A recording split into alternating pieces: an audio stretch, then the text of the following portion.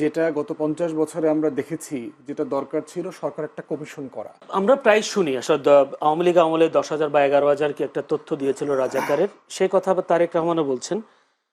বারবারই আমরা জামাত নেতাদের মুখেও শুনি তাদের দলে কম ছিল, আওয়ামী লীগ বিএনপি বেশি ছিল।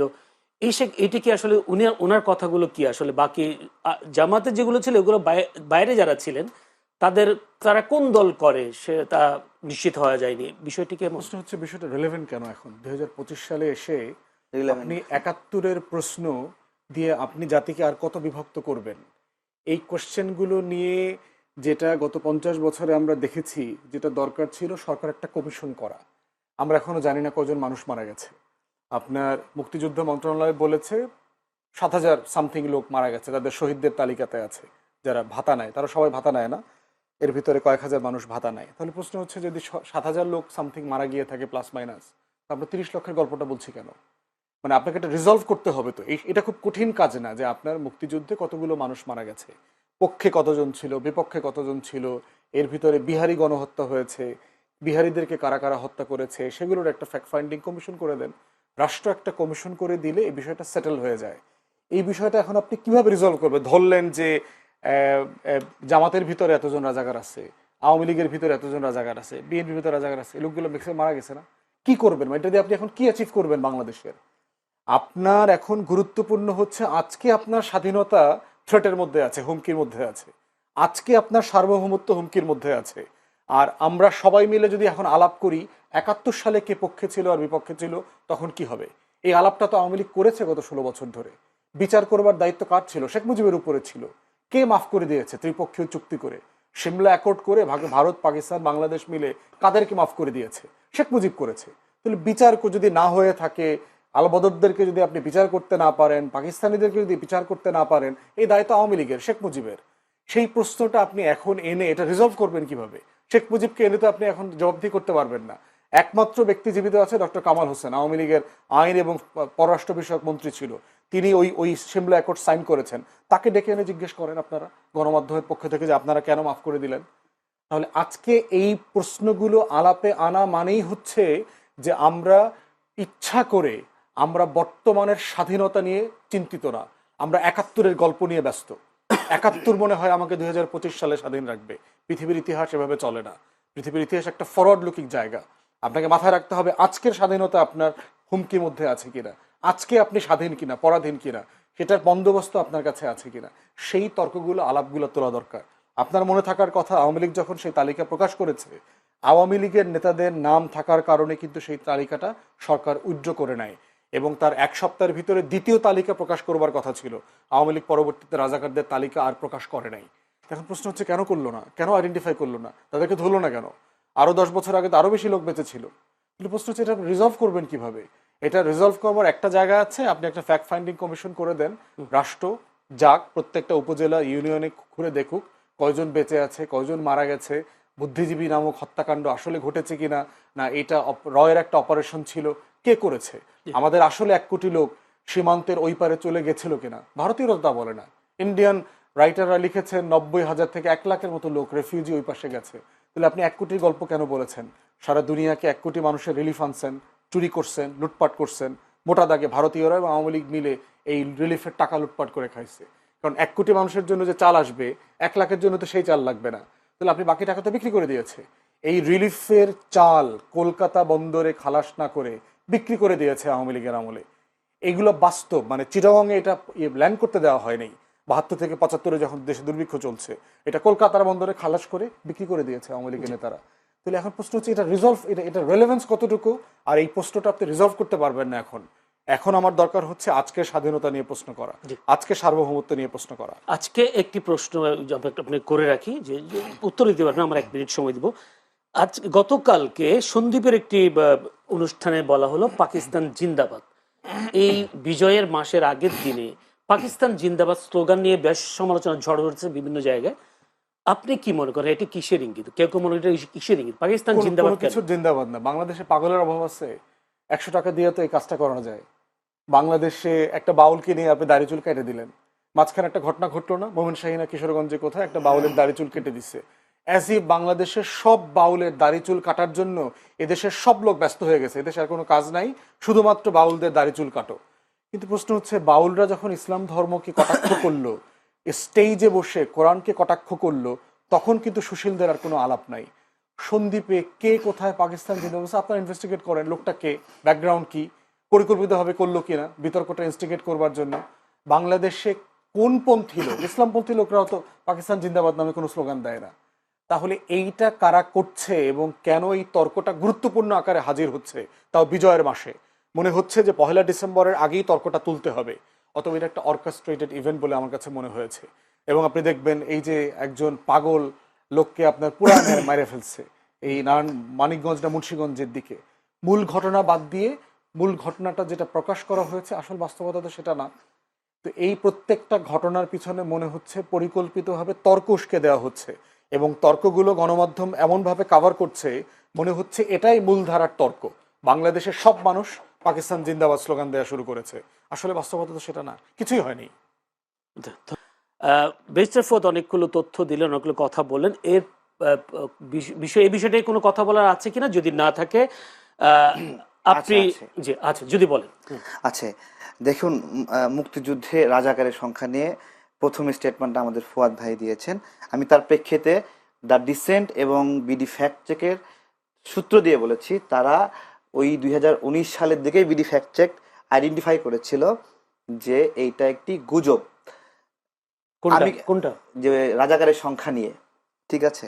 এবং আবারও আরেকটা সংখ্যা নিয়েই ফুয়াদ ভাই জড়িয়ে পড়লেন, যে মুক্তিযুদ্ধে নিহতের সংখ্যা 7,000 না কত এরকম একটা সংখ্যা বললেন। কবি আসাদ মে মাসে 1971 সালে তিনি বলেছিলেন যে তার কবিতায় 10 লাখ মানুষ মারা গেছে। এটা এটা শেখ মুজিবের বক্তব্য না। টাইমস 1971 এপ্রিলের শুরুতে তারা লিখেছিল 3 লাখ মৃত্যুর সংখ্যা ছাড়িয়ে গিয়েছে। নিউজউইক এপ্রিলের মাঝামাঝি সময়ে 1971 সালের ঘটনায় লিখেছে এপ্রিলের মাঝামাঝি সময়ে 7 লাখ লিখেছে। দ্য বাল্টিমোর সান 14 মে 1971 লিখেছে 5 লাখ নিহতের সংখ্যা। দ্য মোমেন্টো কারাকাস জুনের 13 তারিখে লিখেছে 5 থেকে 10 লাখ নিহত। কারাই ইন্টারন্যাশনাল 28 জুলাই লিখেছে 5 লাখ। ওয়াল স্ট্রিট জার্নাল লিখেছে 23 জুলাইয়ে সংখ্যা 2 থেকে 10 লাখ। টাইমস সেপ্টেম্বরে গিয়ে বলেছে 10 লক্ষাধিক। দ্য হ্যাম্পটেড অ্যান্ড হাইটেক তারা লিখেছে যে 1971 1 অক্টোবরে 20 লক্ষ শহীদের সংখ্যা। ন্যাশনাল জিওগ্রাফি 1972 সালে সেপ্টেম্বরে লিখেছে শহীদের সংখ্যা 30। এবং 1971 সালের কোনটা নেব? 1971 সালের, হ্যাঁ, এগুলো কি বলছি ঘটনাগুলো উনি একটা কথা বলেছেন যে আমি প্রশ্নটা করি, আমি বলছি, দেখেন মানে বঙ্গবন্ধু শেখ মুজিবুর রহমান, হ্যাঁ কোনটা নিব, দেখেন এখানে ঘটনা তথ্যগুলো আসছে এপ্রিল, মে, সেপ্টেম্বর, অক্টোবর, দিন যাচ্ছে সংখ্যা 2 লাখ থেকে 5 লাখ, 5 লাখ থেকে 7 লাখ, 7 লাখ থেকে 10 লাখ, এইভাবে ডিসেম্বরের আগেই এই স্টেটমেন্টটা আসছে। দেখেন 1 October 1971 the Hampstead and Highgate Express বলছে যে শহীদের সংখ্যা 20 লক্ষ। 1972 সালের সেপ্টেম্বরে ন্যাশনাল জিওগ্রাফি লিখছে শহীদের সংখ্যা 30 লক্ষ। অর্থাৎ 30 লক্ষ সংখ্যাটা শেখ মুজিবুর রহমানের বানানো কোনো তথ্য না। আমার প্রশ্ন সেটা না, উনি একটা কথা বলেছেন তালিকাটা করা হলো না কেন। হ্যাঁ, উনি বলেছে তালিকাটা করা হলো না কেন। এর ব্যর্থতা কার দিবেন? এটা তো আমাদের, এটা আমার ব্যর্থতা, এটা ফুয়াদ ভাইয়ের ব্যর্থতা, এটা আওয়ামী লীগের ব্যর্থতা, এটা বিএনপির ব্যর্থতা না। আমরা এটা নিয়ে জোর দাবি করি নাই, আমরা জানতে চাই না, এটা আমরা জোর আওয়াজ তুলি নাই, সবাই বলি নাই। যারা দায়িত্ব ছিল তারা করে নাই। বিএনপি দায়িত্ব ছিল, জামাত দায়িত্ব ছিল, আওয়ামী লীগ দায়িত্ব ছিল, বিভিন্ন সময় ক্ষমতা ছিল, এরশাদ ছিল, কেউই করে নাই বলেই বিতর্ক। কিন্তু বিতর্ক হলেও ঐতিহাসিক সাইন রয়ে গেছে সংখ্যাটার। 17 ডিসেম্বর থেকে শুরু করে শেখ মুজিবুর রহমান 9 জানুয়ারি বাংলাদেশে পদার্পণের আগ পর্যন্ত 30 লক্ষ সংখ্যাটি না হলেও 1 ডজন পত্রিকায় আসছে। আমি একটা নতুন প্রশ্নে যাই। 7,000 বলাটা একটা অন্যায়। আমি একটা নতুন প্রশ্নে যাই। তারেক রহমান, আজকে রেজা কিবরিয়া, সাবেক অর্থমন্ত্রী শাহ এম এস কিবরিয়ার ছেলে রেজা কিবরিয়া বিএনপিতে যোগদান করেছেন। তো বিএনপি মহাসচিব মির্জা ফখরুল ইসলাম আলমগীর বলেছেন যে বিএনপিতে যোগদানের হিড়িক পড়ে গেছে। কেউ কেউ আপনাকে বলে যে জামায়াতের বিপক্ষে কথা বলেন, অন্যান্য দলের বিপক্ষে বলেন, বিএনপির পক্ষে কোনো কথা বলেন না। আপনি কবে যোগ দিচ্ছেন বিএনপি? আচ্ছা, প্রথমত হলো বিএনপি যে জায়গায় কাজ করে আমরা ভিন্ন জায়গায় কাজ করি। কাজের অনেক কিছু মিল আছে, জাতীয়তাবাদের বিষয়ে মিল আছে, আধিপত্যবাদ বিরোধী, আগ্রাসন বিরোধী বিষয়গুলোতে মিল আছে, কিন্তু আমাদের ভিন্ন ভিন্ন ন্যারেটিভ আছে। তাদের যেরকম 31 দফা আছে, আমাদের এরকম 10 দফা আছে, সেগুলো দেখলে আলাদা। এবং আমরা এই ভিন্ন চিন্তা নিয়ে রাজনীতি করতে চাই। এমনকি আমরা ধানের শীষ প্রতীক নিয়েও মানে হলো যদি সুযোগ আসে, আমাদেরকে যদি তারা জোটের অংশ হিসেবে যদি বলে যে এটা আপনারা করেন, তাহলে আমরা ওনারা দিলে কি পারবেন না। আমাদের আমাদের ধানের শীষ দিলে আপনারা এখন না, আরো পারবেন না? 2 মাস 3 মাস আগে থেকে আমরা বলে তাদের আসছি। সাথে যুক্ত হতে হবে আগে। আমরা তো তাদের সাথে যুগপৎ আন্দোলনে একসঙ্গে না ছিলাম। না, আমি নির্বাচনে ঠিক আছে, নির্বাচনের বিষয়ে আমাদের তো ছোট সংগঠন, এই ছোট সংগঠনে তাদের দরকার হবে কিনা সেটাই একটা বিষয়। তাদের দরকার হবে। ঠিক আছে, না, সেই কারণে কি হ্যাঁ, আপনারা আর- সবসময় আপনি সবসময় বিএনপি পক্ষে কথা না বলেন? না না না, অনেকেই বলে আমি এটা। যদি দেখেন মানে আপনাকে নেওয়ার জন্য? না না, নেওয়ার জন্য বিষয়টা না। বিএনপি একটা বড় দল, আমি বলছি আমাদের আমাদের আমজনতা দল একটা ছোট সংগঠন। এটা ছোট ছোট জায়গায় ভূমিকা রেখেছে। গণ অভ্যুত্থানের মধ্যে আমাদের 7 জন মানুষ মারা গেছে, 100-এর উপরে আহত হয়েছে। আমরা আমাদের জায়গা থেকে ছোট ছোট জায়গায় চেষ্টা করি। ঠিক আছে, আপনারা আপনাকে নির্বাচন করতে পারবেন? আপনি নির্বাচন করতে পারবেন? অবশ্যই আমরা চাই নির্বাচন করতে। আমাদের মানে নিবন্ধন স্বতন্ত্র? নিয়ে অনেক জটিলতা হচ্ছে। আচ্ছা। আমরা চেষ্টা করছি নিবন্ধনটা পাওয়ার। নিবন্ধন পেলে আমরা সারা দেশেই সকল জায়গা থেকে প্রার্থী দেব। এবং আমাদের আমাদের এটা আমাদের একটা খুব আবেদন, আমাদের নিবন্ধনের এই জটিলতাটা শেষ হয়ে যাক।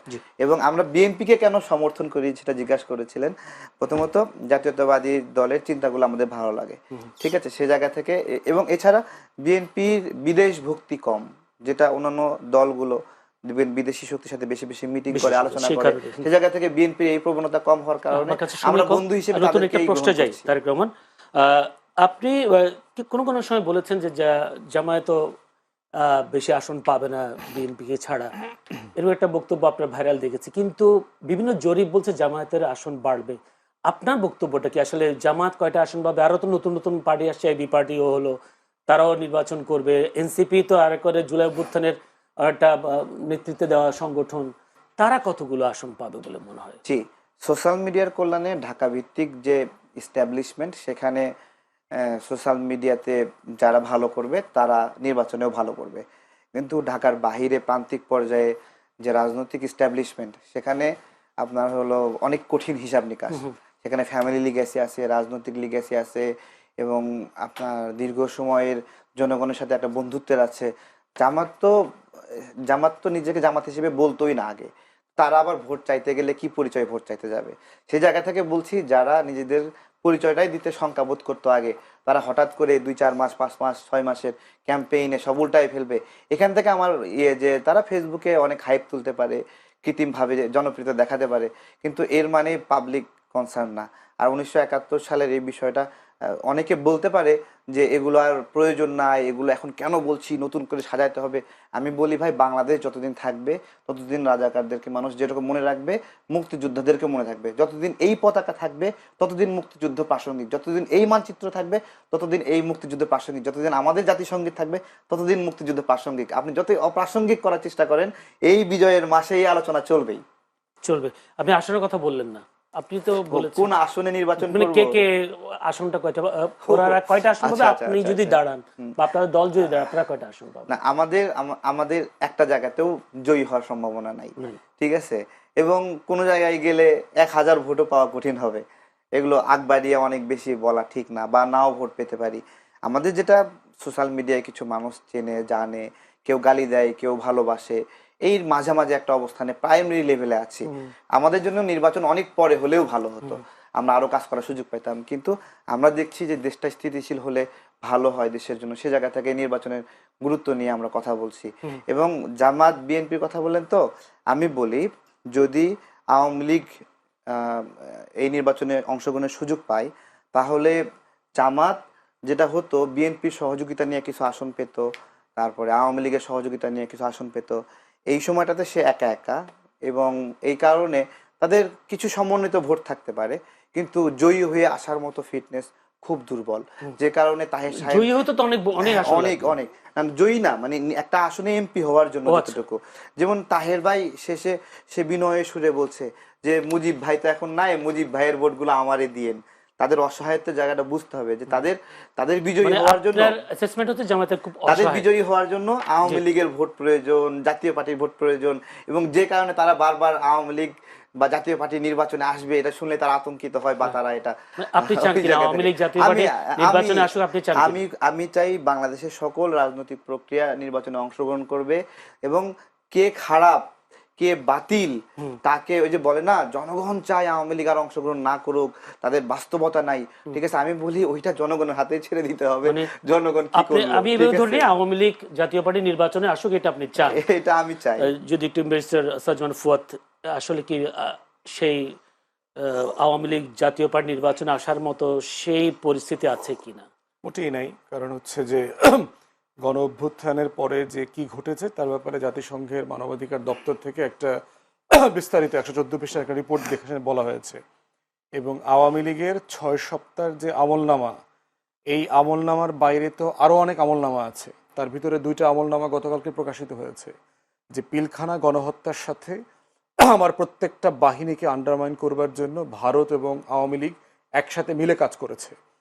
এইরকম একটা জাতীয় নিরাপত্তার হুমকি কোনো সংগঠন কোনো দেশে রাজনীতি নির্বাচন করতে পারে না। পৃথিবীর কোনো গণতান্ত্রিক রাষ্ট্রে এটা অ্যালাউ করা হয় না। এবং আজকে যেহেতু সময় কভার করবে না, পৃথিবীর বহু দেশ আছে, নাৎসিদেরকে ফ্যাসিস্টদেরকে তো ইউরোপ তো গণতান্ত্রিক রাষ্ট্র, কই হিটলারের চিহ্ন পর্যন্ত, হিটলারের একটা ব্যাচ পড়লে আপনাকে জেলে যেতে হবে, আপনি হিটলারকে প্রশংসা করে একটা গান গাইলে পর্যন্ত আপনাকে জেলে যেতে হবে। তো সেখানে গণহত্যার দায়ে অভিযুক্ত দলের নেতারা এবং জাতীয় নিরাপত্তার হুমকি এমন দলগুলো যারা দিল্লির গোলামি করেছে, বাংলাদেশের স্বাধীনতা সার্বভৌমত্বকে আন্ডারমাইন করেছে, তাদের রাজনীতি নির্বাচন করবার কোনো নৈতিক এবং রাজনৈতিক অধিকার নাই, থাকতে পারে না। ধন্যবাদ। আমি একটু আরেকটা প্রসঙ্গে যেতে চাই। তারেক রহমান, আপনিও জানেন, বীর মুক্তিযোদ্ধা বিএনপি নেতা বজলুর রহমান একটি আপত্তিকর মন্তব্য করেছেন আন্তর্জাতিক অপরাধ ট্রাইব্যুনাল নিয়ে। সেই জন্য তাকে ডেকেছেন এবং তাকে কাউন্সিলের, অর্থাৎ বার কাউন্সিলের সনদ নিয়ে তাকে সশরীরে হাজির হয়ে ব্যাখ্যা দিতে বলেছেন। আপনাকেও দেখেছি জামায়াতি ষড়যন্ত্রে আন্তর্জাতিক আদালতের ন্যায় বিচার প্রশ্নবিদ্ধ আপনি মন্তব্য করেছেন। আপনি বলেছেন গণ অভ্যুত্থানের মামলাগুলোকে ভেলকা বানিয়েছে জামায়াতিরা। আসলে কিসের ভিত্তিতে বলছেন, বিষয়টা একটু পরিষ্কার করলে ভালো হয়। দেখুন, এটিএম আজহার যিনি যুদ্ধাপরাধী হিসেবে সাজাপ্রাপ্ত, তিনি জামিন পেলেন কিভাবে বা মুক্তি পেলেন কিভাবে, এটা ওনার মুক্তির আগে জামাতে ইসলাম অনেকগুলো আন্দোলন করেছে, এক প্রকারান্তে একটা আন্দোলন কেন্দ্রিক চাপ সৃষ্টি করেছিল আদালতের ওপরে। তো আমরা এটা বলতে পারি যে একটা আদালতকে প্রভাবিত করার জন্য মব তৈরি করেছিল। যদি কেউ এভাবে বলে তাহলে আমি মনে করি যে এটা এভাবে বলা যায়, মব তৈরি করেছিল। এবং এই যে আমার প্রশ্ন হলো, এটিএম আজহারকে যখন জামিনটা দিল বা মুক্ত করলো, সেই সময় কি রাষ্ট্রপক্ষ বিরোধিতা করেছিল? রাষ্ট্রপক্ষের কাজ কি? নাকি রাষ্ট্রপক্ষ বলছিল তাড়াহুড়ো করে জামিন দিয়ে দাও? ঠিক আছে, আমি এখানেই বলতেছি যে আসলে কিভাবে ফাংশন করছে আমাদের এই গণ অভ্যুত্থানে। অনেক রাজবন্দী মুক্ত হয়েছে, আমরা যারা জেলে গেছিলাম আমরাও মুক্ত হয়েছি, কিন্তু এই পালের সাথে ডেস্টিনির মতো 43 লক্ষ গ্রাহকের মানুষের টাকা আত্মসাৎ করে তারাও কিন্তু বের হয়ে আসছে। আবরার ফাহাদের খুনিও কিন্তু পালিয়ে গিয়েছিল। আমি ওইখানে আইজিপি মামুনের বিষয়ে আমি বলেছিলাম যে আইজিপি মামুন, রাষ্ট্রপক্ষ, আইনজীবী তো তাজুল ইসলাম ভাই এখানে লড়াই করছে, তার তো জামাতের একটা লিগেসি, পুরনো লিগেসি আছে, বা জামাত করে না, জামাত করে না, কিন্তু উনি তো জামাতের ওই সময় যুদ্ধাপরাধী মামলার জামাতের পক্ষের আইনজীবী ছিলেন, তাই না?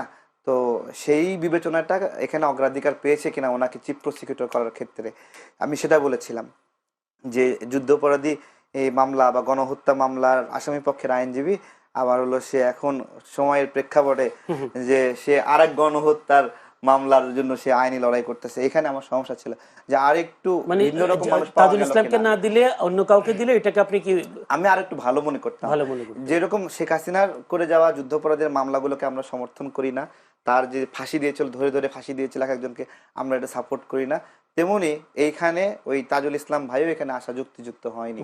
আরো ক্লাইম্যাক্স শুনেছি, এবং আমাদের কাছে একটা আসছে, গতকালকে একটা অডিও আসছে, উনি তাজুল ইসলাম ভাই কনভিন্স করার চেষ্টা করছে একটা শহীদ পরিবারকে যে তোমরা এই রায়টা এইভাবে মাইনে নাও। এই রায়টা এইভাবে মানে ওইখানে যে আইজিবি মামুনের যে এই যে 5 বছর বা সীমিত সাজার যে বিষয় আছে এইভাবে মাইনে নাও। আমি অডিওটা বারবার শুনতেছিলাম উনি এভাবে বলতেছেন কি বলছে, কোন বিষয়ে?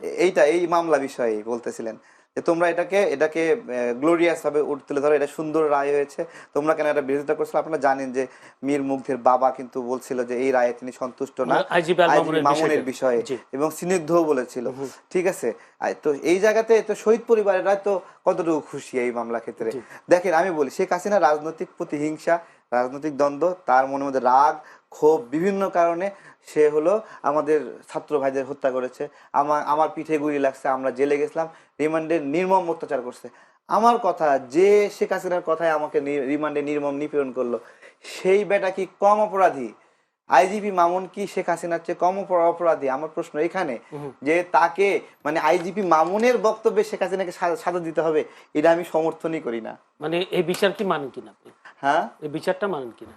আমি আইজিপি মামুনের কঠিনতম শাস্তি চাই, আসলে এই শাস্তিটা মানতেছি না আসলে। শাস্তি মানেন, মানে শাস্তি না মানা তো বিচার না, না, আরো বড় শাস্তি চাই তার আমি। আইজিপি আল মামুন আর যাদের শাস্তি হয়েছে, এটা তো হয়ে গেছে, আমরা তো ওটা আবার জামাতি ট্যাগ হবে না তো নাকি?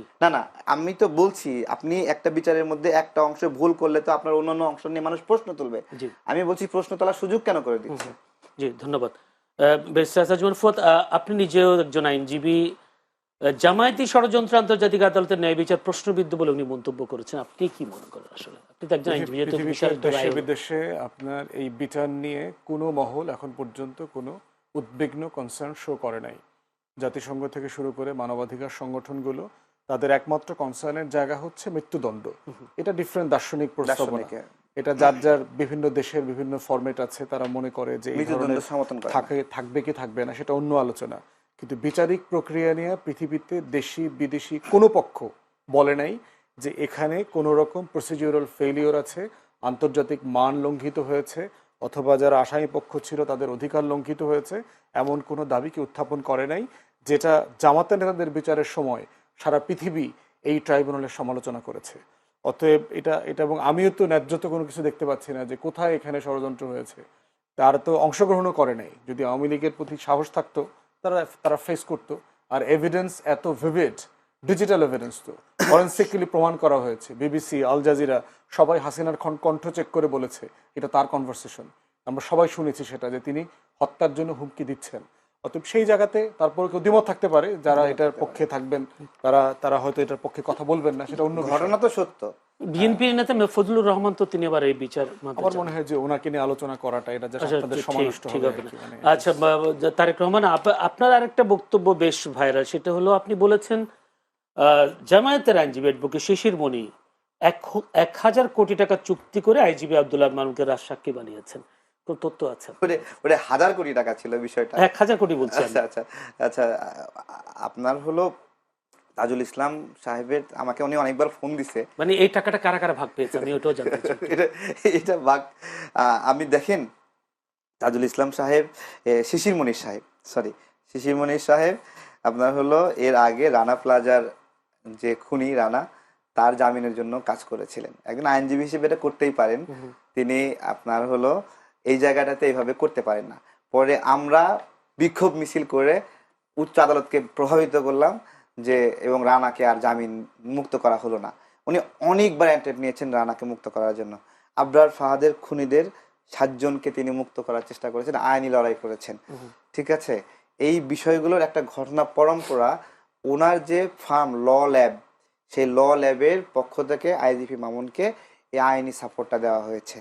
সেই প্রেক্ষাপটে আমি এই ফিনান্সিয়াল অ্যামাউন্ট এবং তাকে অ্যাকিউজ করে বলেছি যে আপনার নৈতিকতার সঙ্গে এটা যায় না যে আপনি আইজিপি মামুনের পক্ষে দাঁড়াবেন।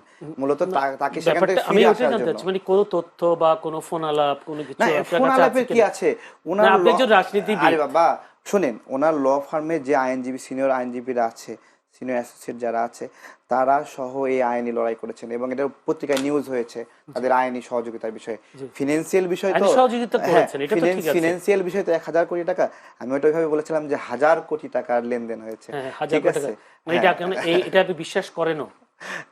টাকা ছাড়া সার্ভিস দিচ্ছে তাকে, মানে তাও 1000 কোটি। আমি মনে করি আইজিপি মামুনের জীবনের মূল্য 1000 কোটি টাকা চেয়ে বেশি। আরেকটা বক্তব্য আপনার হচ্ছে, সেটা হচ্ছে আইজিপি আল মামুন জামিনে পেয়ে দেশ ছেড়ে পালাতে পারে, সেই কারণে ঘুম ভেঙে দেখবেন যে চলে তাজুল গেছে। ইসলামকে ধরবেন, এবি পার্টিকে ধরবেন, এরকম একটা কথা সবাইকে বলেন। ধরবো, ঠিক আছে, যদি আইজি মামুন পালায় যায়, ঠিক আছে, সবাই ধরবো, কাউরে ছাড়বো না। হ্যাঁ।